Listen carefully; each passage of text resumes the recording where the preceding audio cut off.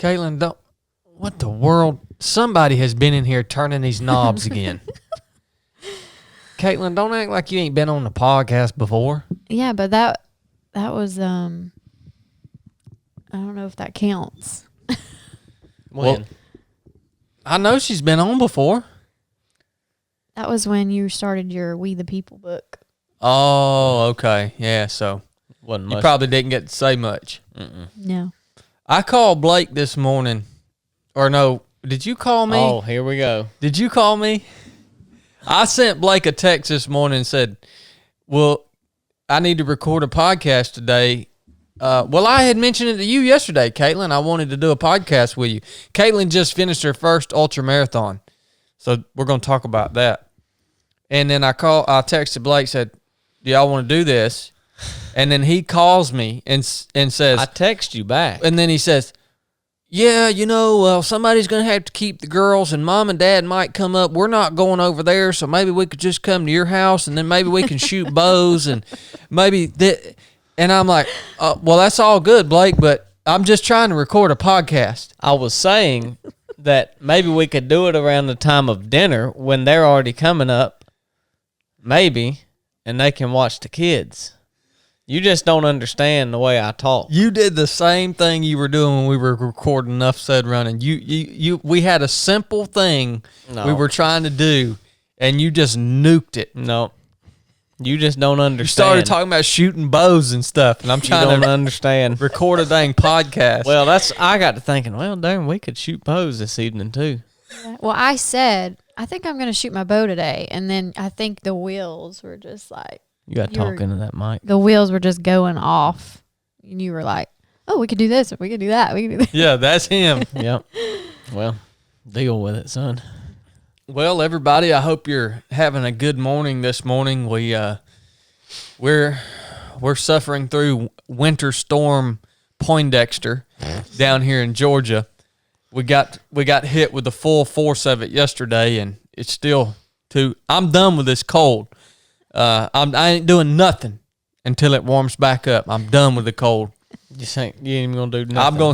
I'm gonna sit inside until it warms back up. I'm protesting this cold. Well, it's spring. It's springtime, man. Yeah. I'm tired of this crap. And welcome back to the 3 of 7 podcast. This episode today is brought to you by our patrons that support the 3 of 7 podcast. If you want to join us on Patreon, we try to do all kinds of cool stuff over there. It's in the show notes of this episode. This show's also brought to you by Nuff Said Running, the new video series training series that we just released for whoever wants to become a better runner, because that's what we do around here is run, which is what this podcast is going to be about, is running. And it's also brought to you by all the other stuff, all the other training, like the basic course, like the proving grounds. Yeah. Somebody asked me one time, what is 3 of 7 Project? I said, well, it's a podcast and it's a training company. And Blake doesn't like that because he wants to overcomplicate it. no, I think that's good. Oh, I've had trouble defining it myself. That's what we do. Thanks for putting the simple definition to it. That's what keeps 3 of 7 Project alive, is the training that we put on and the people who have the courage to roger up. I just did the basic course Team 18 pre-call this past Friday, and I told those people, I said, it always amazes me that you guys have the courage to sign up for this thing, and you don't even really know what it is. You know a little bit about the basic course, but you don't even know what's about to happen. Yeah. And it still amazes me to this day how many people are willing to come and trust us, entrust us to put on something that is going to be valuable in terms of their growth and development. Yeah. In their body, soul, and spirit. So welcome. That's what 3 of 7 Project is, and that's why this podcast is here, because of those things. Have you ever been to an Alabama foot race? That wasn't even Alabama Ultramarathon. That was just the Alabama foot race. Oh, no, it was an ultramarathon, all right. In distance. But You know, back in the day, people used to, sometimes out here in the country, people put up fencing, for cows and livestock and stuff. And every now and then, you'll be pulling into a pasture, a cow pasture or something, and instead of the landowner having a gate, sometimes they'll just have an area in the fence where you just pick the fence post up out of the ground, and you move the wire and everything just out of the way, and then you just drive through the fence. That's a Alabama thing. That was an Alabama gate. Yep. You just can't expect a whole heck of a lot when you cross the line into Alabama. It's like going back in time, man. It is. We drove to Fort Payne.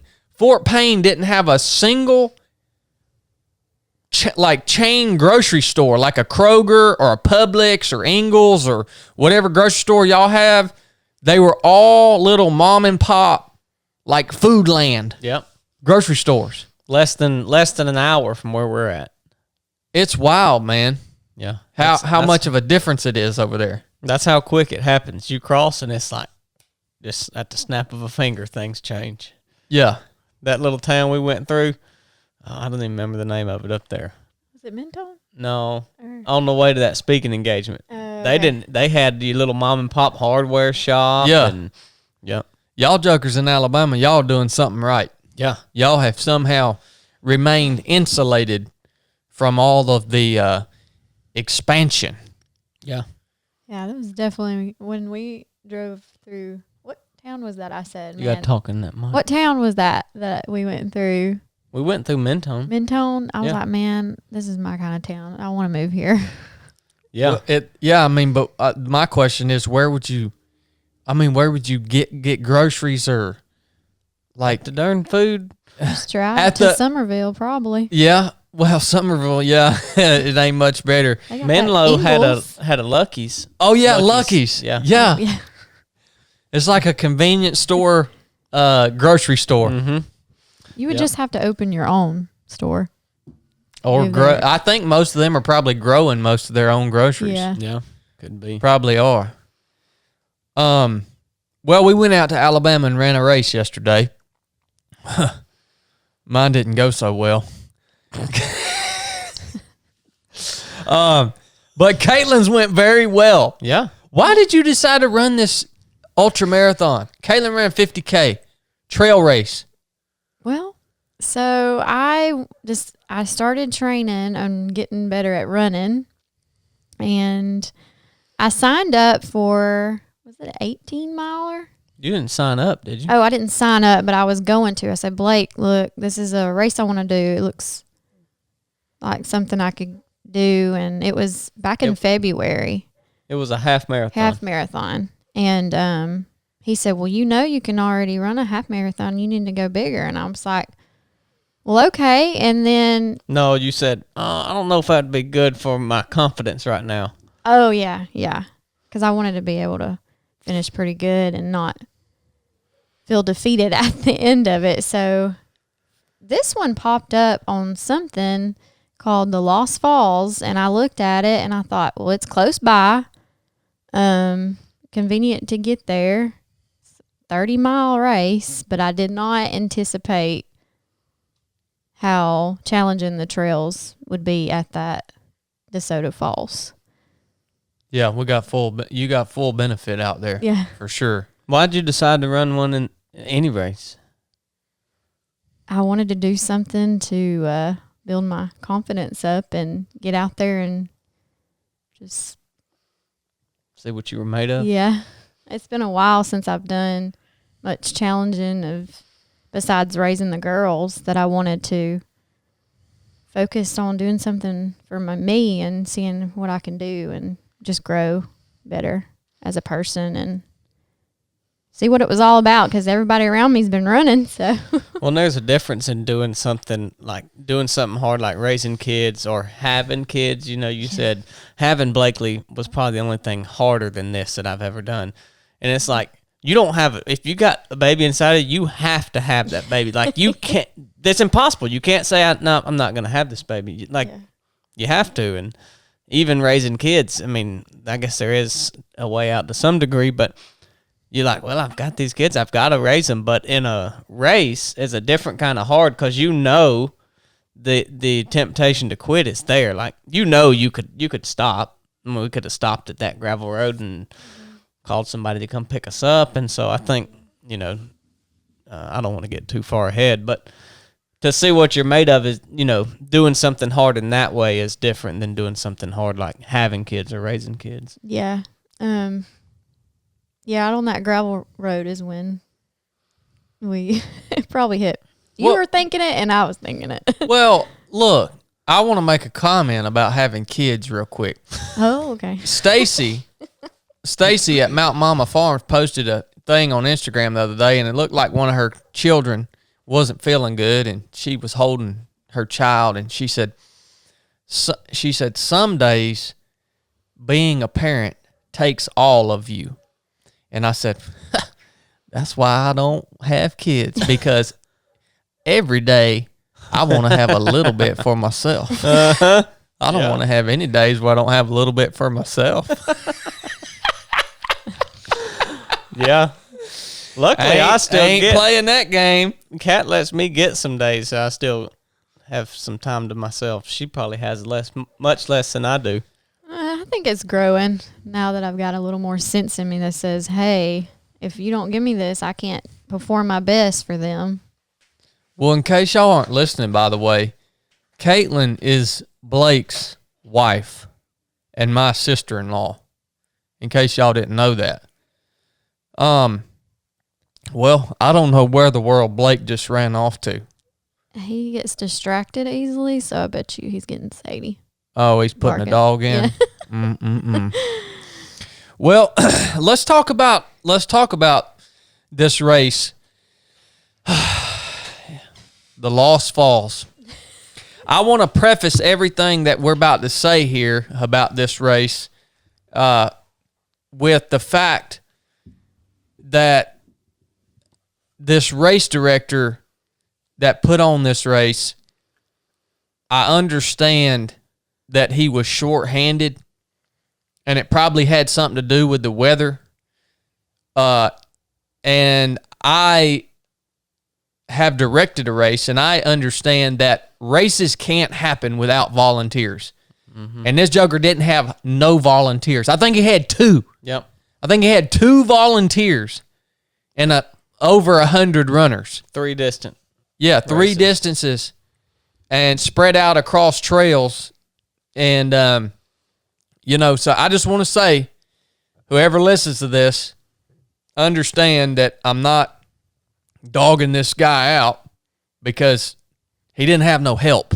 No, what we experienced wasn't a fair assessment of that organization's ability to put on a race. He had a great course. Yeah. The course was great. Mm-hmm. But we went from Friday night, I guess it was about, I walked outside at late Friday night after sunset, and it was probably 70 degrees outside. Mm-hmm. And I said, well, if it's going to be 15 degrees and snowing in the morning, something drastic is about to happen.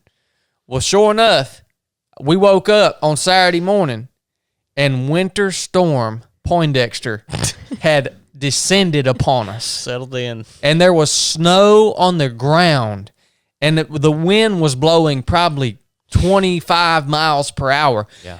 While I was running, the wind actually blew the top out of a dead tree about 20 yards in front of me, and it fell on the trail, and I was like, holy smokes, man. Yeah. I mean, it was ripping. It was, yeah. It was. And we got out there. Y'all got out there earlier than I did. Well, I stood in that line. There was one of the 2 volunteers was doing race check-in. Mm-hmm. And there was a line 30 minutes long to get your bib. I'll say we would have got your bib if we knew the line would have been that long. Yeah. Good. When we got there was nobody. We were the only ones. People were trickling in, and it was like, yeah, here's your packet. I felt so bad for that guy, man. Me too. He got hung out there to dry, dude. Yep. Finally got our race packets. We get up on the start line, and we get ready to go. How were you feeling, Caitlin? I was anxious. In the car, I was already moving. Like, I wanted to get out of the car and get started because I knew it was going to be cold, and I just wanted to start it and get going. I was just anxious and nervous. I keep saying I was nearsighted because I was nervous and excited at the same time, and I didn't know what to expect, really. I was going in, like, blinded. I didn't know what I'd expect from myself, how it was going to go, and where I was even at. I've never been up to that place, so I was nervous for sure. Well, yeah, you didn't have – the only thing you knew what to expect was that you was going to run. You'd never been to a race, like how the aid stations work, the course markings. You've never ran that distance. Nope. Really, even that kind of terrain, the rolling terrain that it was on, out where we run, it's either a long climb or a long downhill. Yeah. You don't get kind of rolling terrain up where we run a lot.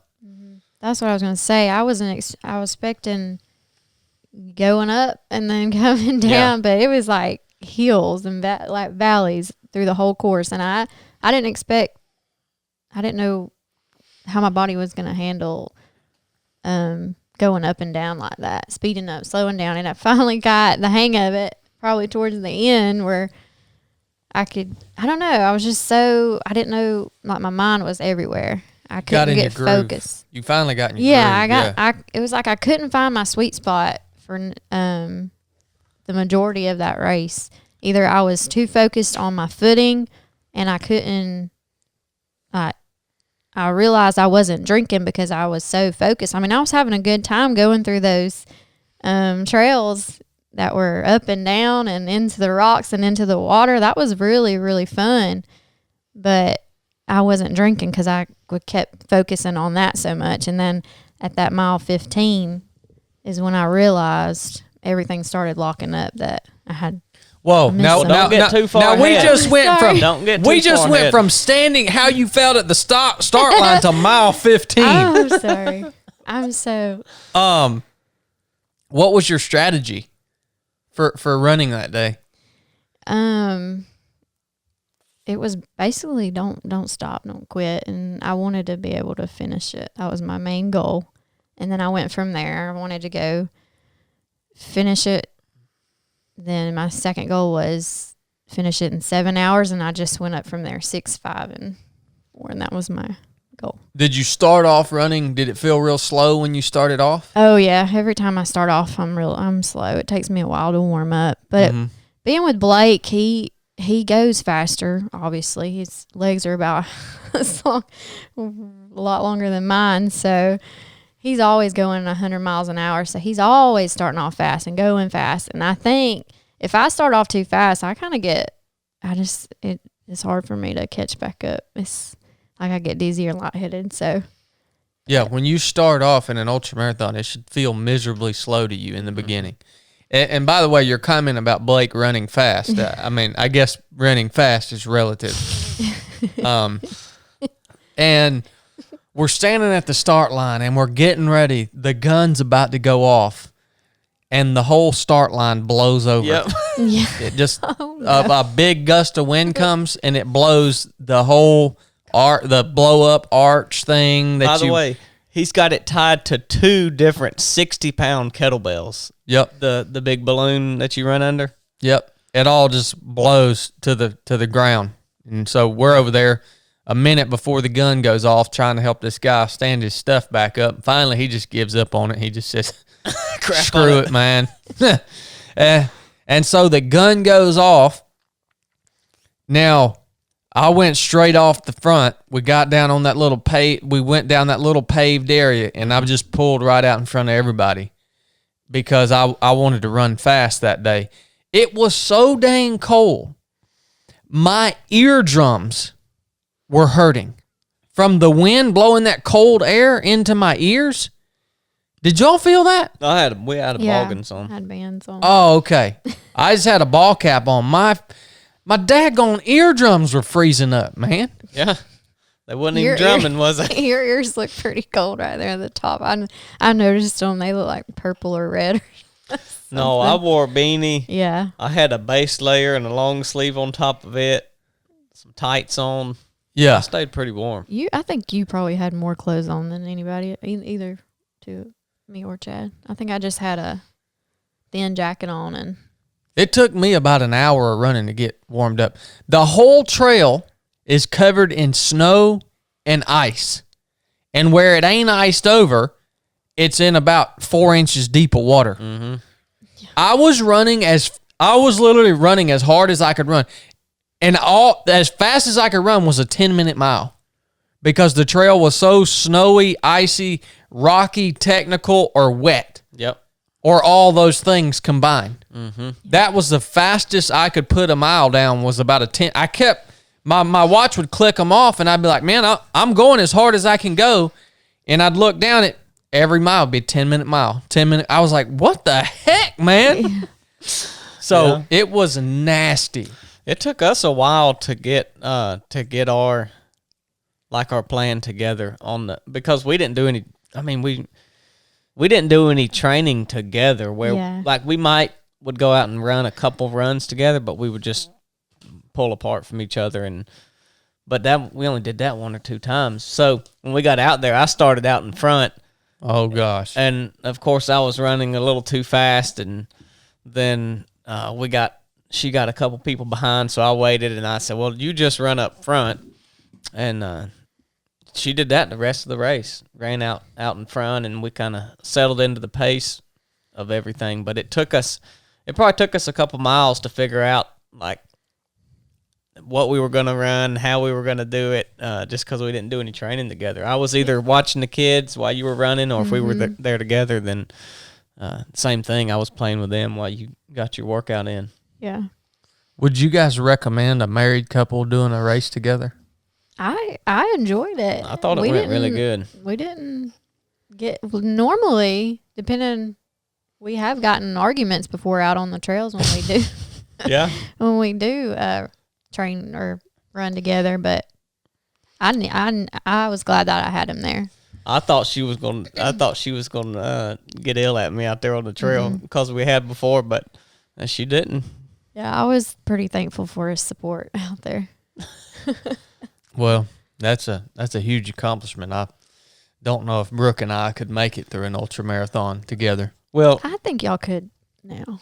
Kat reminded me a lot of myself on my first ultramarathon. I told her the story about me telling you I had to tie my non-existent shoelaces till you realize I didn't. I had bungee laces, and I would tell her, hey, we got to take advantage of these good trails while we can, and she wasn't going to run unless I put the call to action out there that, all right, you know what we got to do. And then she would do it. And finally she got to where I wouldn't even have to say anything. She would take off, but it took about half the race. And I said, we got to run this. And then, I think she learned a lot about running too, how to let the downhills push her and, pick up that speed. Well, did you guys see all of the scattered Halloween candy at the first aid station? Yeah. Oh yeah, right there at the road crossing where the police was. Mm-hmm. Candy everywhere. Yes. Okay. Well, that was because of me. So we're going through this race, and I expected the aid stations to at least have some sort of volunteer there. I come to the first aid station, and I'm pretty far out in front already at this point, and I can't even see any runners behind me. I get there, and there's a small table with 2 jugs of one had Powerade, one had water. Well, the one with the water was frozen. The nozzle was completely frozen, so I couldn't get water. So I got the Powerade one, for some reason, still worked. I fill my bottle up with Powerade, and there's a bag of Halloween candy on the table. That's all that's there. 2 jugs and a bag of candy. The bag of candy is not open. My hands are frozen. I'm racing. I know somebody's not too far behind me. And so I'm like, what the heck, man? I pick up this bag of candy, and I'm trying to pull it and open it. My hands are frozen. Finally, I just pull it as hard as I can, and the thing explodes. And little mini Snickers and Twix and candy goes everywhere. And here's this large police officer standing there just looking at me like, what the heck, man? And I'm like, what's going on here? I'm like, was no one here at this aid station because I'm out front and maybe they haven't made it to this spot yet? And so then I grab a couple of the Snickers, and they're frozen too. Oh yeah. And so they were like putting a block of ice in my mouth, and candy's but I just have to keep running. I'm racing, right? I think, well, the aid station worker's going to get here soon, and they can put this stuff to where people can grab it. I know, but I was racing. And so little did I know that was going to be the standard of all the aid stations. Well, the first one we got to, there was a guy there, and I see this tub, and this is different from any other aid station I've been to. And I see this tub, like a Tupperware with a lid on it, and they've got the two jugs, just like you said, Powerade and water. And I'm like, maybe they've got the stuff like packaged up in this tub. So I pop the lid off of it. They're standing there, don't take their hands out of their pockets. I pop the lid off of it, and there's a bunch of potato chips. And so I kind of start digging through there, and I'm like, I wonder if there's something else in this. And the guy said, oh, yeah, the good stuff's at the bottom. And I'm like, all right. So I get to the bottom, and there's one soft, chewy bar that got like a granola bar with that was a Kirkland's. Okay. A Walmart brand, yeah. And then there's so I see like two of those, and then I see a package of the yellow wrapper, double stuffed Oreo, the reverse Oreo with the vanilla wafer or vanilla cracker on it. And that was about all that was in there. And I didn't have time to comment back to the guy of what he's calling good stuff, but I grabbed one of each one of those because I thought, so I guess this is as good as it's going to get, and I'm going to have to make it through on this. So we grabbed that stuff at that first one. Well, Brooke had told me actually this morning, she said, I looked in Caitlin's vest one time, running vest, and there was a bunch of bags of potato chips. That hadn't been eaten. That's a half bag. Did you think that was all you were going to have to eat, and so you just loaded up on potato chips, or? I don't know. I think I just had both of ours. She asked me, she said, do you think I should get any of these potato chips? And I said, well, you need something with salt, because she was having cramps. So, I mean, we had some bars and things we brought, not enough for the whole race. I had 2 gels. I brought 2. Because look, when you pay $100 to run a race, you're paying for the aid stations. Well, yeah. That's what you're paying for, because all these courses are on public land. So you could go run this, and you're paying so that people have these things set up along the way so that you can go faster. Yeah. That's what you're paying for. Yeah, I mean, that's what she had like this peanut butter banana thing she made, and like a little fruit stick and a couple little snacks. I had and 2 bars, and then we each had this drink mix that we were using. And so, I mean, we probably could have made it on the drink mix, but ideally I like to supplement that with aid station food as I run. And that's my main source, and I just grab fruit as I go. And when I seen it was that way, I just I said, well, you need to down that powdered thing at every hour, and then we're just going to get some salt, I was trying to find things that were salty because of her cramps. I'd get pretzels or Cheez-Its or potato chips or something along the way. And yeah, we didn't have anything for salt. I had the bar and that wrap that you're saying, and I didn't have any salty stuff. Well, that drink mix has a good bit of salt in it. It doesn't taste like it, but it does. But even that's not enough when you get cramps. You want like So when did the cramps start for you? It was about mile 15 or 16. No, it was even before that. Because remember, you said, how much further do we have to go? I thought that was 15. No, we were like 12 or 13 because you said, are we at least halfway? And I said, I don't know, maybe almost. And you said, no, don't tell me we're not even halfway yet. I think it was right after we got out of the falls part, like we got on that gravel road is when I started. I know right where it was at. It was when you came to that sign that said long course and short course. Yeah. It was just past the long course turn. Oh, yeah. So whatever mile that was. I just remember it being on that big rocky gravel that it started hurting. That's all I remember. So where were you cramping at? Right above my knees and my toes. Quads. Yeah. Quads. Ooh, toes. Never had that before. It was like I told Blake, I said, Blake, because I thought I wouldn't be able to straighten my foot out. I don't know if I was just so tense or I couldn't just relax because I didn't know. I didn't know what to expect. So I was just like, Yeah. cramped up. So the trail winds around down all this single track that's really nasty, technical, beautiful trail. The kind of stuff I like to run on. And mentioning Blake, the signage where Caitlin started cramping, you come to a point where the course splits, and there's a sign that says short course this way, long course this way. And there are there are three races going on, 50K, a half marathon, and a 10K. So I'm looking at these signs saying, well, what does this mean here? Yeah. And I'm like, well, I'm running the longest course that is available, so I'm going to go with the signage that says long course. But wouldn't it have been much better if it would have said 50K and half marathon this way, 10K this way? Mm-hmm.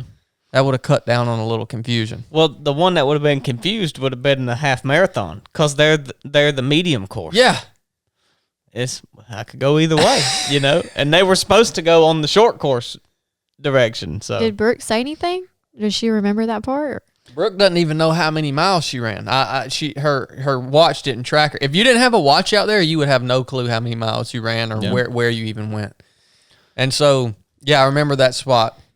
I'm gonna finish up with telling you how my race went, and then I want to talk about Caitlin when she gets to her low point. I finally get down to one of the unmanned aid stations. You can just call them aid stations. Aid stations. At the bottom of this long gravel fire road. And I get to this one, and both water jugs are frozen up. And so I have to take the top off the water jug and dip my Hydro Flask bottle in there to get some water. Then I go to tap into the Tupperware box that's there. I'm the first one that's been to this aid station. The lid is frozen onto the Tupperware box because they put all this stuff out the night before. And so I take a rock from the gravel road and beat the handles off of the Tupperware box so that I can pull the lid off, get me a Kirkland's Best chocolate granola bar out. I'm sitting here thinking I'm eating all the stuff I tell people not to eat because there's no other option. And I get done with that, and I look up in front of me, and there's a course marker. The rules are to keep the course marker on your right-hand side the whole way. And so I look up, there's a course marker, I take off. I'm running, I get up, go miles and miles along the river. I get up to the next aid station. There's nothing, there's a bottle of Coke there. I take 2 cups of Coke and then take off like a bat out of hell. And I'm running down the trail, and there's a photographer, and he's cheering me. He's like, yeah, man, you're real close. And I look down at my watch, and I'm at 18 miles. Oh. And I'm like, I can't be close. He's like, oh, well, they must send you out on another loop or something. And I was like, okay. I get to 18 and a half miles, and I run up, and I come out there at the start-finish line. And people are clapping, cheering me on, and I'm like, no, don't, like, my race is not over. I'm at 18 and a half miles. And then I'm like, hey, where does the course go? And the guy standing there at the start-finish line was like, well, I don't know. I'm just a volunteer. I don't know where the race director is. And then 2 other runners walk up to me and they say, hey, man, there's already been 4 other 50K runners that have come in. And I'm like, there's no way.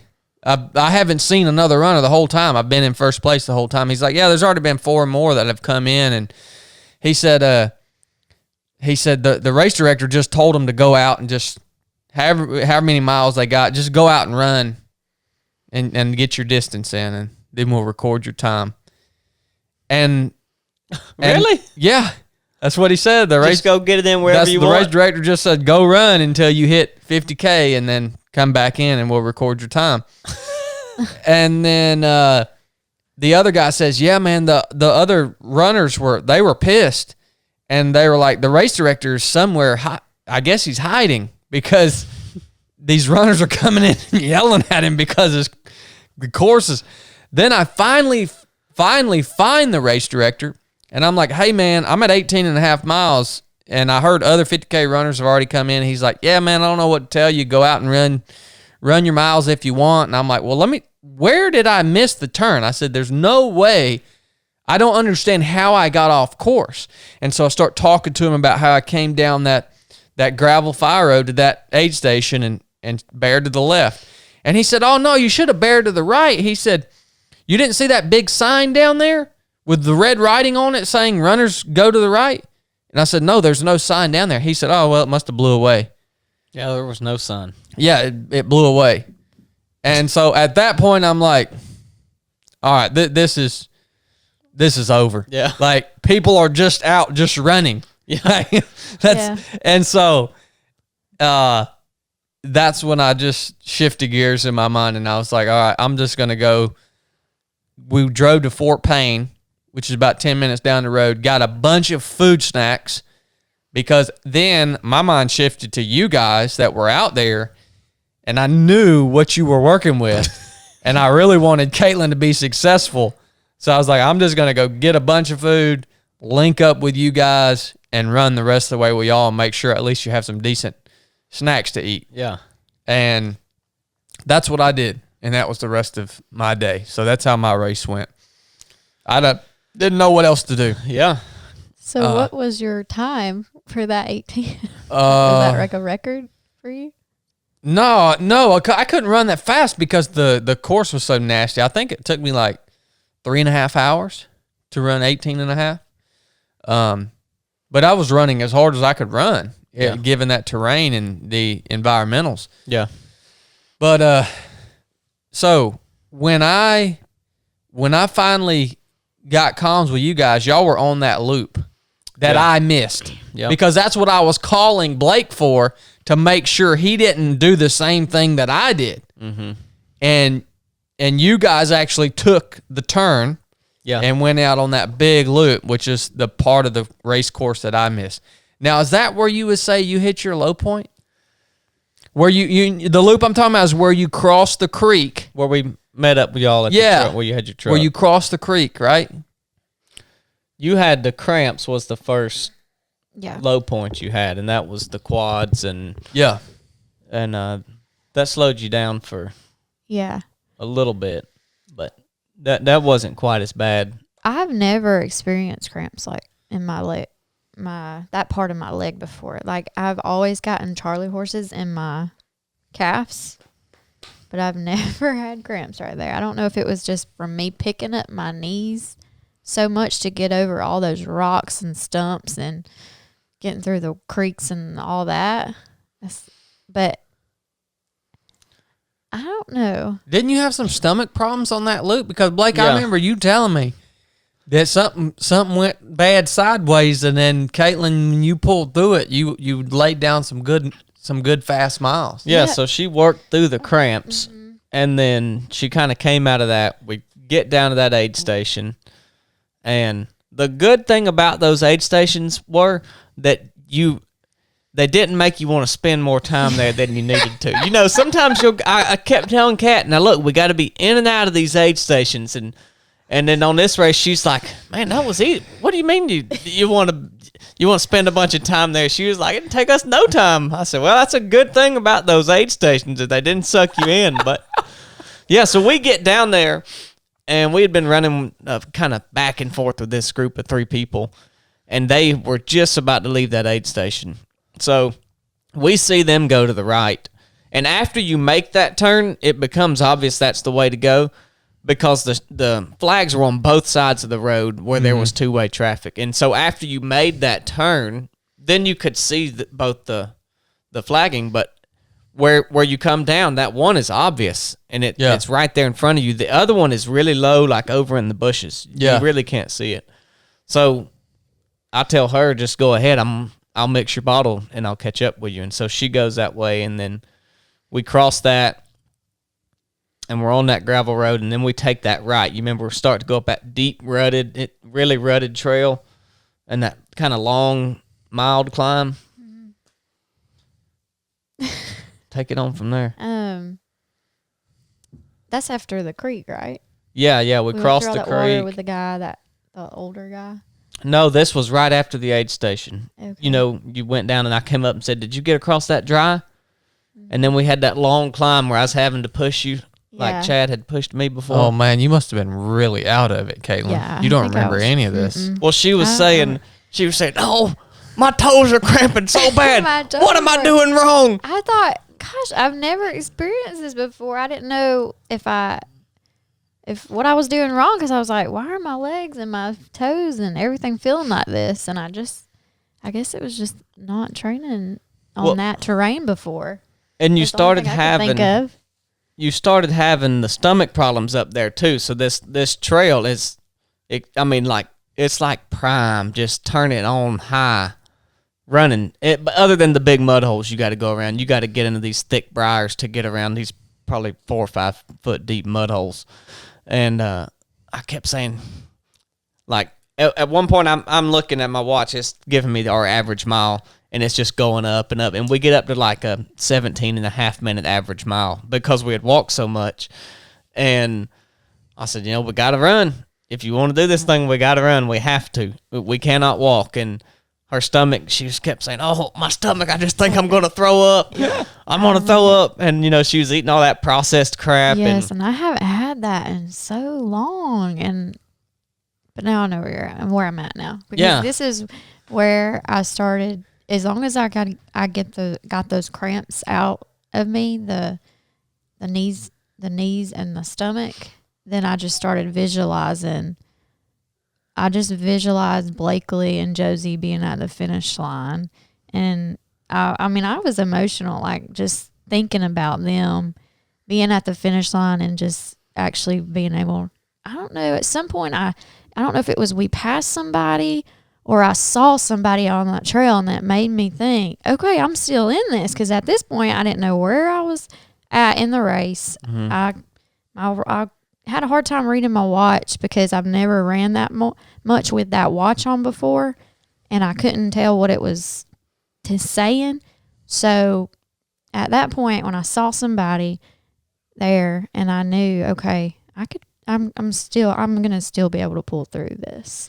Well, that couple came up behind us, that man and woman. You remember right at that intersection, and they were moving pretty good, but they had been back behind us. And but I remember I had my phone on vibrate when you called, and I looked and I thought, dang, I wonder what he's calling me for. And then I called you back, and at that point, I hadn't given up hope, but I thought if she doesn't come out of this like within the next 10 minutes. Like we were kind of just floating the line, and wow! And I was like, if she can't come out of this, we just won't finish it.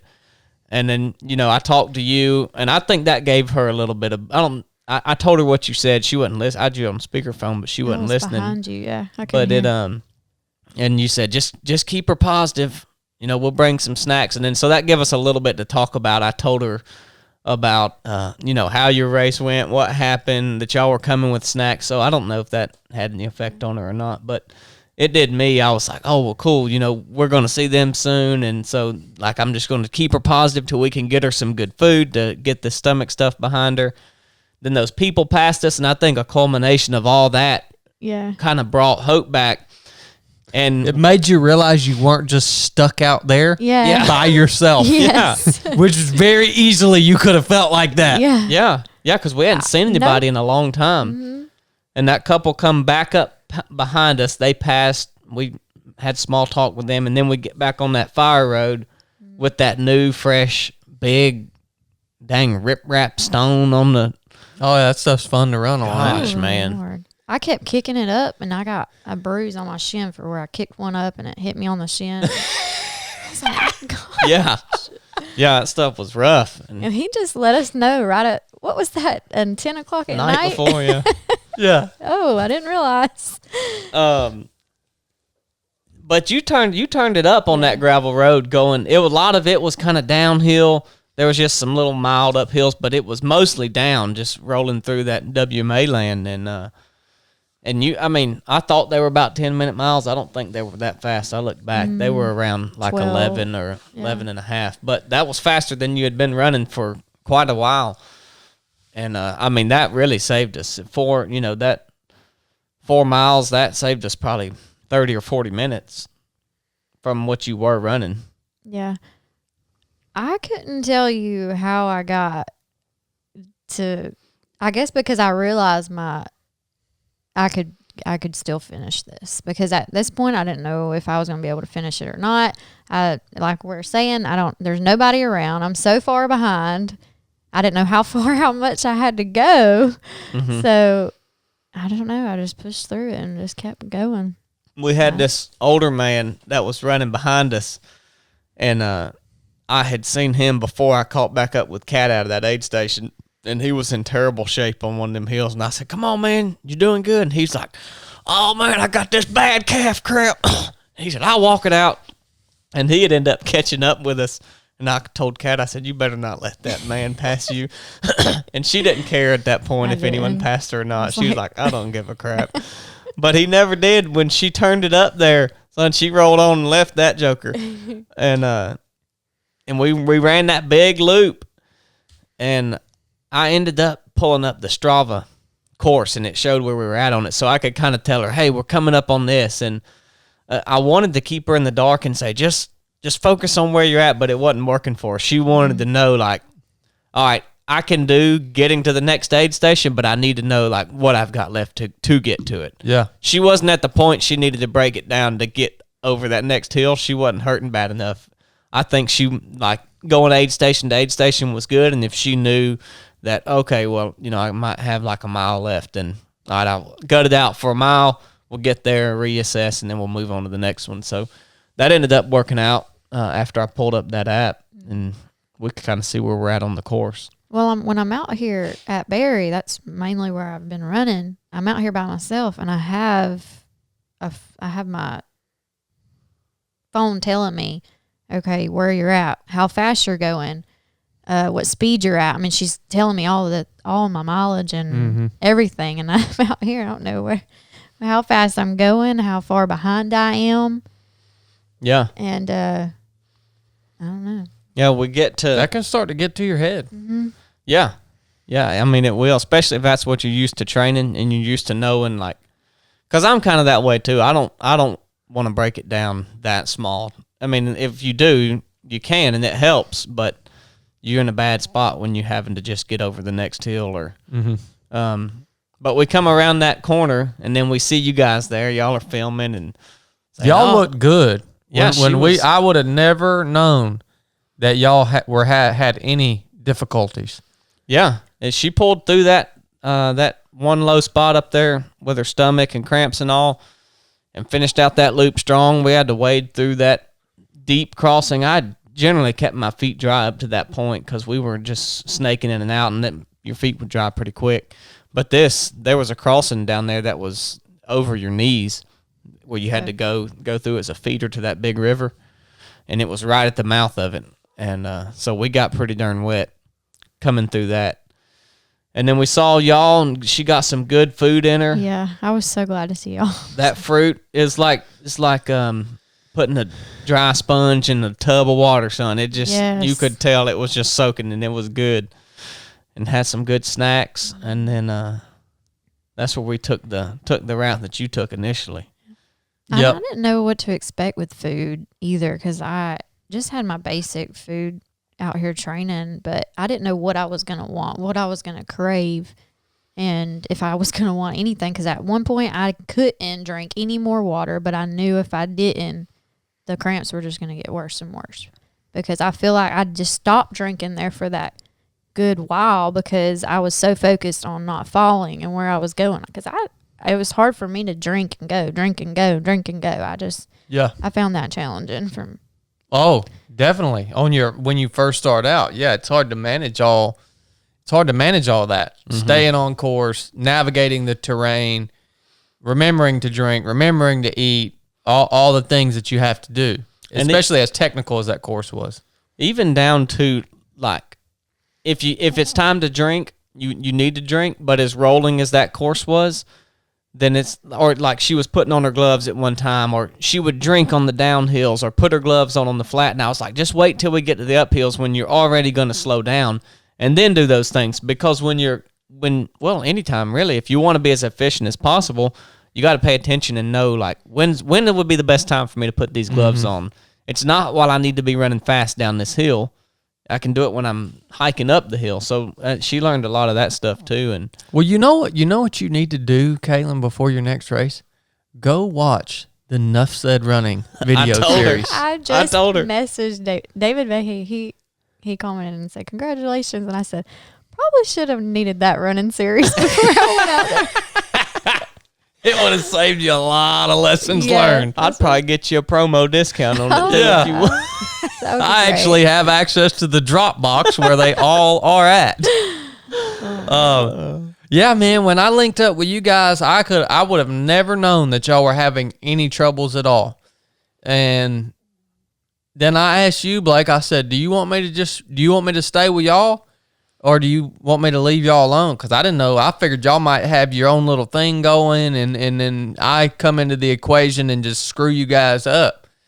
But no, I mean, I was glad you did it because the whole time, all I was focused on was like watching, because we were moving. I mean, she was moving good, but we were moving slow. Yeah. It was fast enough to finish it, but we couldn't waste any time.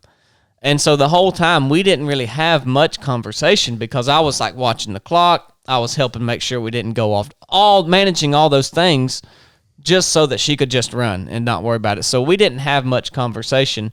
But when you came and ran with us, it was nice to have the conversation, and like it helped take your mind off the course. At least I thought. I mean, I don't know. Did you? At one point, I knew y'all were back there talking, but I was just like, I'm just running. Well, you had it whooped after that. I knew. I told y'all you got it. You got it whooped now. Yeah. It's just, this is a nice stretch of trail. It's runnable. There was one climb there. Yeah. You remember that one climb? Yeah. That was a really steep, sharp climb. Mm-hmm. But once you got to the top of that, y'all just rolled. I mean, we rolled on. Yeah. You ran good. That's when you hit your groove. And there is an art to moving across terrain quickly. Mm-hmm. There's an art to it. It's a flow that you get into, and it becomes, it takes less effort when you hit that flow, and you had hit that. All the flats and downhills you were running out, and the uphills you were hiking, and you just did it. Mm-hmm. Yeah. And you were rolling on. I really didn't know what to believe with y'all, because sometimes I don't know. Y'all might have told me I'm almost there just to tell me that. So I was just like, okay, sure, guys. I didn't know. I was just like, I don't know if they're really being honest with me or not at that point. Oh, yeah, we had it whooped by the time I got in with you guys. At one point, we did that loop, and another thing to the course marking, we had some people rolling up behind us that I know had passed us. Mm-hmm. I know they passed us. We never passed them again. Nope. And then somehow they were passing us again. And I thought, did we do something wrong, or did we not make a right turn to do a section? And they were like, man, we got some extra miles in. The ranger moved the course markings and moved the turnaround spot. Nobody yesterday ran the same course. No, I don't think so. Nobody ran the same course. No. And so those people passed us for the second time. They weren't over. They were like, yeah, man, we're at like 34 miles, and it's a 50K, and it's not even over yet. And so they were like, yeah, we're at like 34 miles right now. We got some extra ones in, and so they're passing us really close to the end. But somewhere in there, Kat said she had looked at the time on her, so she knew the cutoff was 8 hours, and she knew it was over at 4 o'clock. Yes. And I had just set her watch that morning because it was off, but I set it to Georgia time. Alabama's an hour behind us.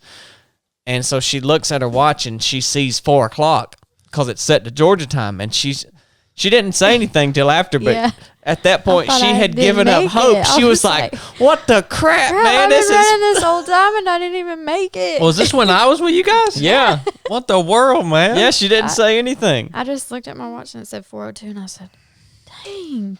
And I probably I think I slowed down a little bit out there with y'all. Yeah, you slowed down that and last I was little probably, bit. Oh yeah, that was my longest mile Mm-hmm. on the tracker. It said. I thought you had slowed down because you knew you were close and you quit eating and drinking.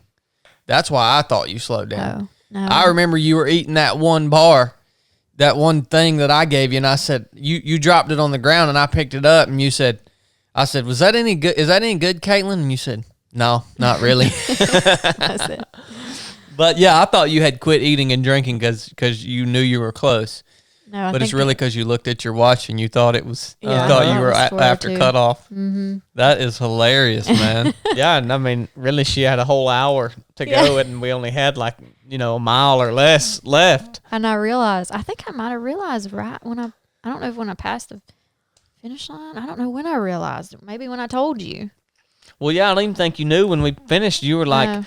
"Did I make it in the Yeah. cutoff?" I was didn't like, know. "Yeah." So what ended up being your total time? You remember, Blake? 7 hours and 12 minutes. Yeah. 7 hours and 12 minutes. Nice. Yeah. And full benefit. Snow, ice, cold, Windy. just remote, lonesome. This was a grassroots. Terrible food. Grassroots ultramarathon. I love it. Yeah. I love it. Yeah, It was a fun trail. I enjoyed it. I'm glad I didn't research the trail because I'm glad I was able to be out there and do that because I might have got a little bit of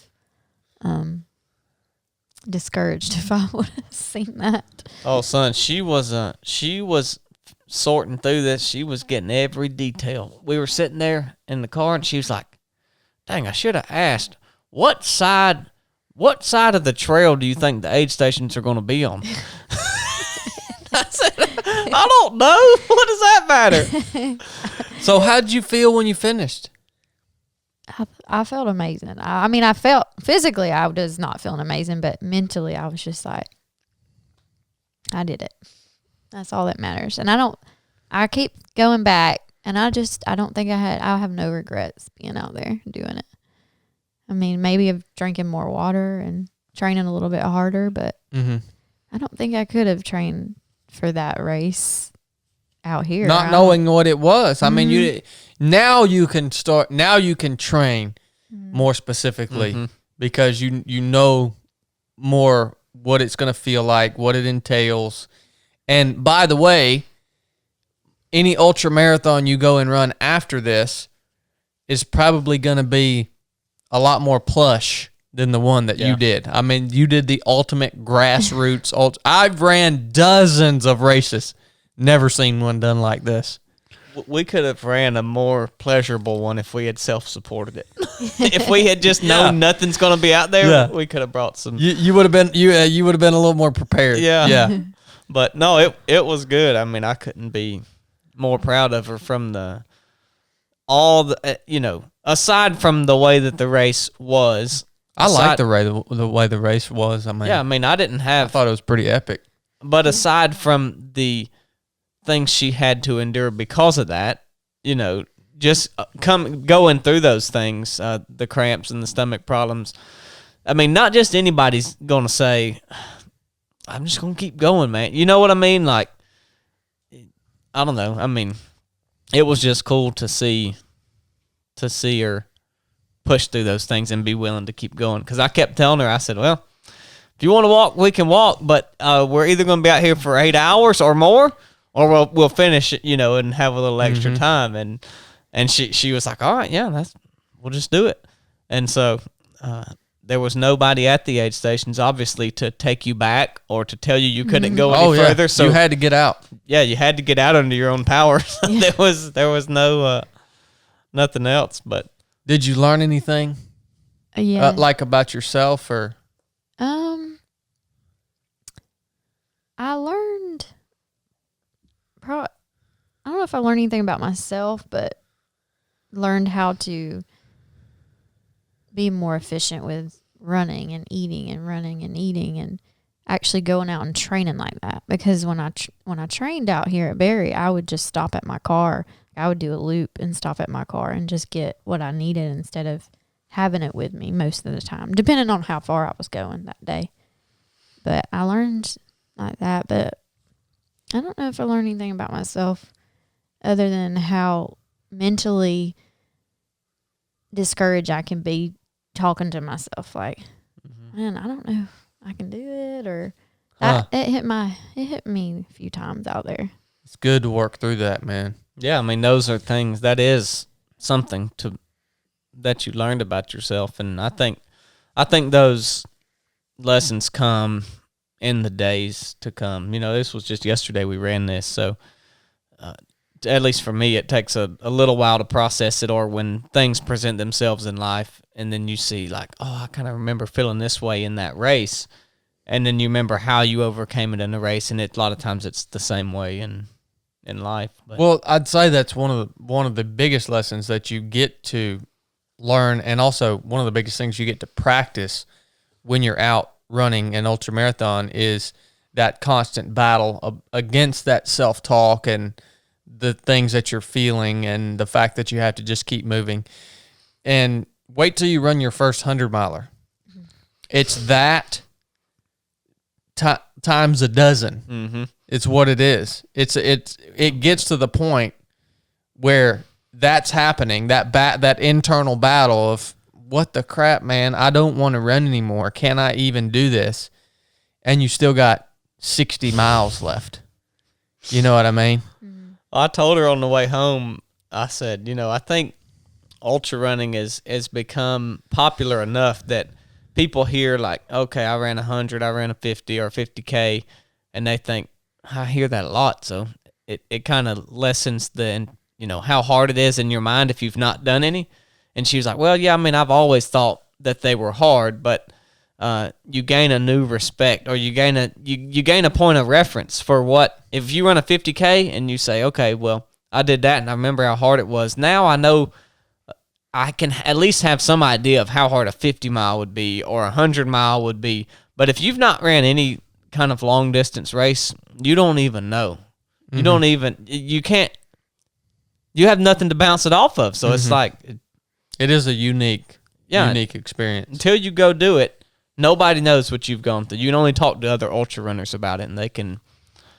There are a few things that every human should do in their life. One is every human should skydive, at least one. I'm saying like one-off things. Every human should ride a bull. I think everybody should ride a bull one time. Everybody should run a 100-mile race. Just treat it like a hike. Everybody should go out and do it. Yeah. Like it's one of those things, a 100-miler is one of those things that I think every human should force themselves to do. If you never run another step, the whole rest of your life, you should just do that. You will get enough out of it that it will serve you for the rest of your life, even if you never run again. Well, I've skydived, but I've not rode a bull or ran 100 miles. I got a couple things on my checklist. You're living only half. And I would put running a 100-miler over riding a bull, because you actually learn valuable things about life during a 100-miler. You don't learn anything valuable when you ride a bull. It's just a crazy experience. But anyways, well, that's awesome, man. Is there anything else you would like to say about your first ultra running experience? think so. I'm just glad I did it. And now I know what it's about and can decide if it's something I want to do or. Well, that's what I was What's going to ask you, next? but it's too early. I think it's too soon to ask that question. Yeah. She's moving pretty good today. Yeah. I was moving better than I thought I would be at first because I was so cold at the end of it. I didn't know what was going on with my body because Yeah. I was just, I don't know if something's hurt or. Well, yeah, a lot of the aches and pains you get out there, you don't know if they're, until you've ran enough, you don't know if they're injuries or if it's just like, well, you just get this way when you move for this long.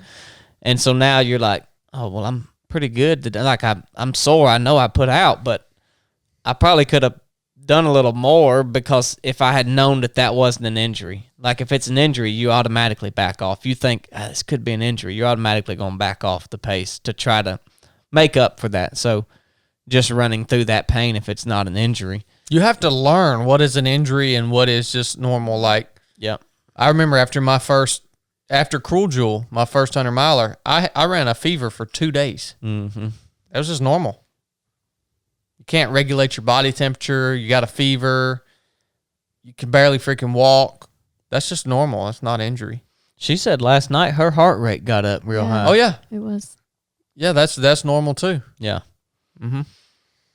Well, that's awesome. I'm proud of you, Caitlin. Thank you. I was wondering what your thoughts were about how I did. I thought you did awesome. I mean, that was a hard race for many reasons, not just because of the terrain, but because of the weather and because of the way the race was organized. It was difficult. And there was a moment that I was worried about you, and I actually got really pissed off about the way the race was organized. Not for my own sake. I didn't care. I got a good 26, 27 miles in that day, which was a great training day for me. I was pissed off because I was like, I knew what you had to work with out there, and I wanted you to be successful. Yeah. And the fact that you were successful there in that environment at that race was really impressive. And when I got to run with you, you were positive, you were talking, you were moving well, you were doing everything right. And yeah, I think you're a great runner. And I think if this is something that you do decide you enjoy, you should continue to pursue it because I think you're built for it. You're mentally tough enough for it. And I think it'll serve you well in life. So I'm proud of you. Thank you. I just started a Chaz. Y'all know Chaz? Yeah. She added me, or she started her own women's Book study thing. book study. So we're going over this book, and I was telling them Thursday night, I said, yeah, I'm pretty excited about it. And then Chad signed up for it, and I got really like, oh, crap. Now I feel like I have to prove myself because Chad's going to be out there, and he's really like, so. I only ran 18 and a half miles. I mean, I told Kat, I said, actual on the course. I said, well, I said, Chad does that kind of stuff a lot. I said, you know, like at CrossFit, he loses track of the rounds or forgets what the next movement is. And she said, you think he's okay? And I said, yeah, he's just pushing so hard. He doesn't leave enough mental room to pay attention to what. But this race was quite obvious why it happened anyways. I've never got off course in a race before. Oh, well, I mean, if you was moving with any intensity, and you was about bound to on this one. If you didn't have a few minutes to stop and look around and say, Oh my gosh. I think this is the best way, then yeah, you'd have got off course. Well, it was a fun day, man. It was. It was a really fun day. And if you guys are interested in running, again, check out Nuff Said Running. I would encourage anyone, again, to go out and run an ultramarathon because you create cool memories, you learn things about yourself, and you create the muscle memory to do the right thing when life itself gets hard. Mm-hmm. That's the whole reason that any of us run. It's not really because we want to invest a ton of time in training and running, and I don't even like running that much. I mean, the actual running. Yeah. But yeah, it's a great way to become a better human. So I'll be interested to see where you go in your ultra running career from here, Caitlin. Well, she's got a free entry into any of Oh yeah, of those. we all do. I do too, yeah. Which, by the way, I do want to say the race director took complete ownership of the failure that went down out there, which I commend him for that. Yep. I bet it took all he had just to not go like hide and Sounded like give you did up for a minute. Well, just give up. Like, Yeah. just leave. Like, I'm out of here. All right, guys. You're on your own. Oh, I man. I have a scripture that I want to share with you guys Okay. if we have time. Yeah, we got time. It's kind of long, but I was looking for another scripture that I had read the other day. It was, I believe it was Paul about how he discipled. He went out into the workforce and just related to people, and that was how he reached others. But this one's in Psalms 42, 2-5, and it says, I thirst for God, the living God. When can I go and stand before him? Day and night I have only tears for food, while my enemies continually taunt me, saying, where is this God of yours? My heart is breaking as I remember how it used to be. I walked among the crowds of worshipers, leading a great procession to the house of God, singing for joy and giving thanks. Amid the sound of a great celebration, why am I discouraged? Why is my heart so sad? I will put my hope in God, and I will praise him again, my Savior, my God. And I wanted to share that in case. I know there's a lot of brokenness out there, and there may be people struggling with, where is my God? And going through mentally struggles and battles, and I wanted to share that to kind of give some courage and encouragement. Yeah, to give some hope. Yeah. I love that. Thank you, Caitlin. Well, I guess we'll wrap it up for this Sunday's episode, and Blake can carry on with complicating what's going to happen for the rest of the day. Yep. It's not complicated. We'll talk to you guys on Wednesday. Enough said.